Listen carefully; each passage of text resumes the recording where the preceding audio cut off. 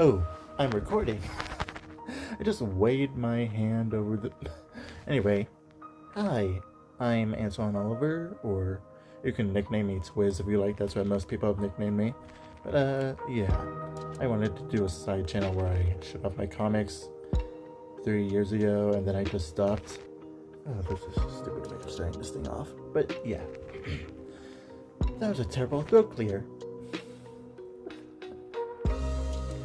Okay, so basically, I'll show you the previous comics I made from when I was very young, like 13 at the time. I got the idea when I was 11. I got the idea on September 2nd, 2013, when I was 11 years old. I know that date because it was Labor Day, when I made my very first animation. So yeah, my AK series started out as an animation on my DS. In this case, it was a DSi, not a 3DS. And they were basically just Steven Universe episodes with my characters in them. That was basically it. It was basically original with the character designs, but unoriginal with the ideas. And you're able to see that through the first 9 comics.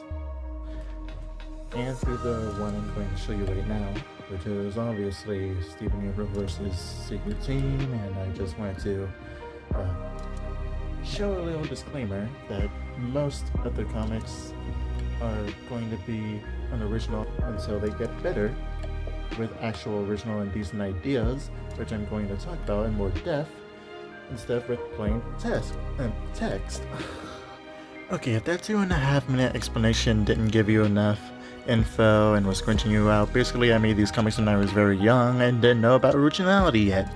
Also, I'm not going to be dubbing these comics. I don't want to subject you to that horror.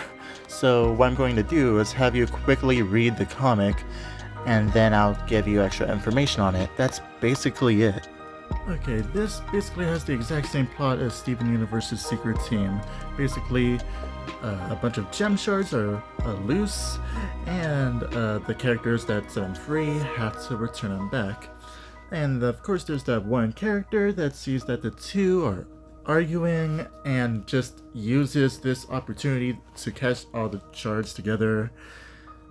They use that opportunity to make those two friends again. Of course there are some minor differences, like John A isn't swimming with Yakub, and she doesn't figure out about the bubble that way.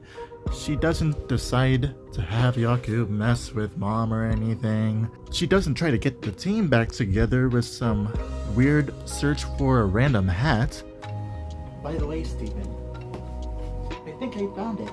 And when Johnny finally decides to talk about the problem, she doesn't do it in a restaurant, she does it over a phone call. And even the moral is completely different. So you two can't get along unless you think I'm going to kill you. Steven, I know you wanted to help them. You wanted to protect them, even from me. They made you feel like you had to take their side.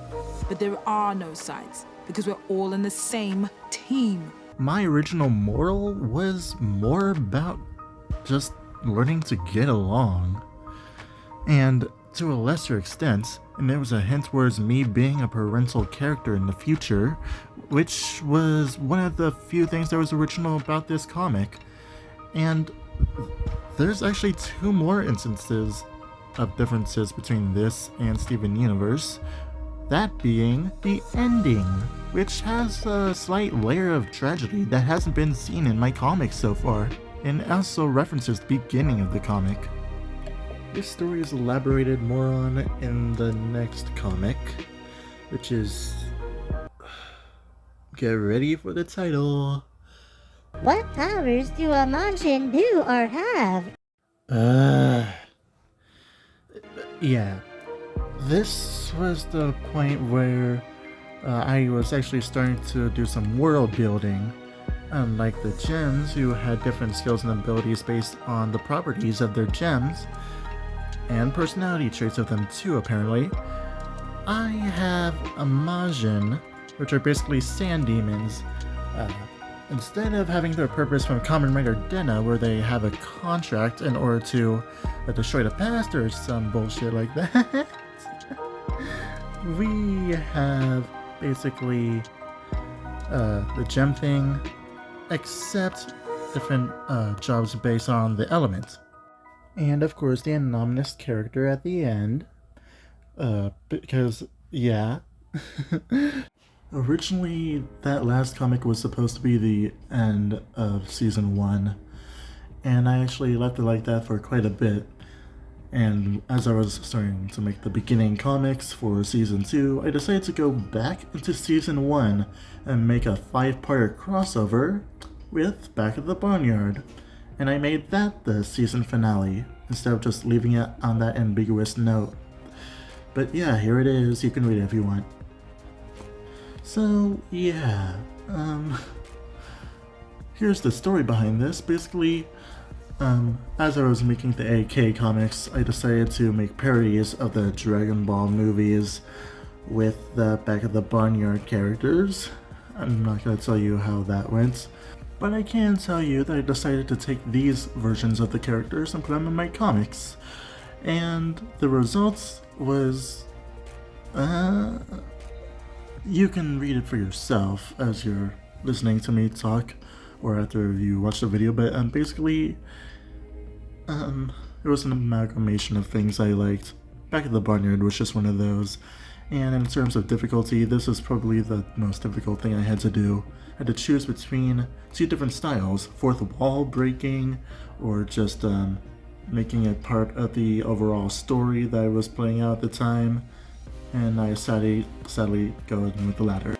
But even though I did go with the latter, well, this is the only part of Season 1 that seemed at least somewhat original. The story was all planned out, and there's even the debut of the super form, which, looking at it, back at it nowadays, it's like just something I pulled out of my butt, but yeah, the super form was introduced. And it's used throughout the entire comics. If you want to tell me how you felt about my 11-year-old self's thought process into making this comic, I'll happily tell you in the next video. But until then, goodbye. I'm sorry this took so long. I was focusing on another project called Unknown Artists, which is made separately from this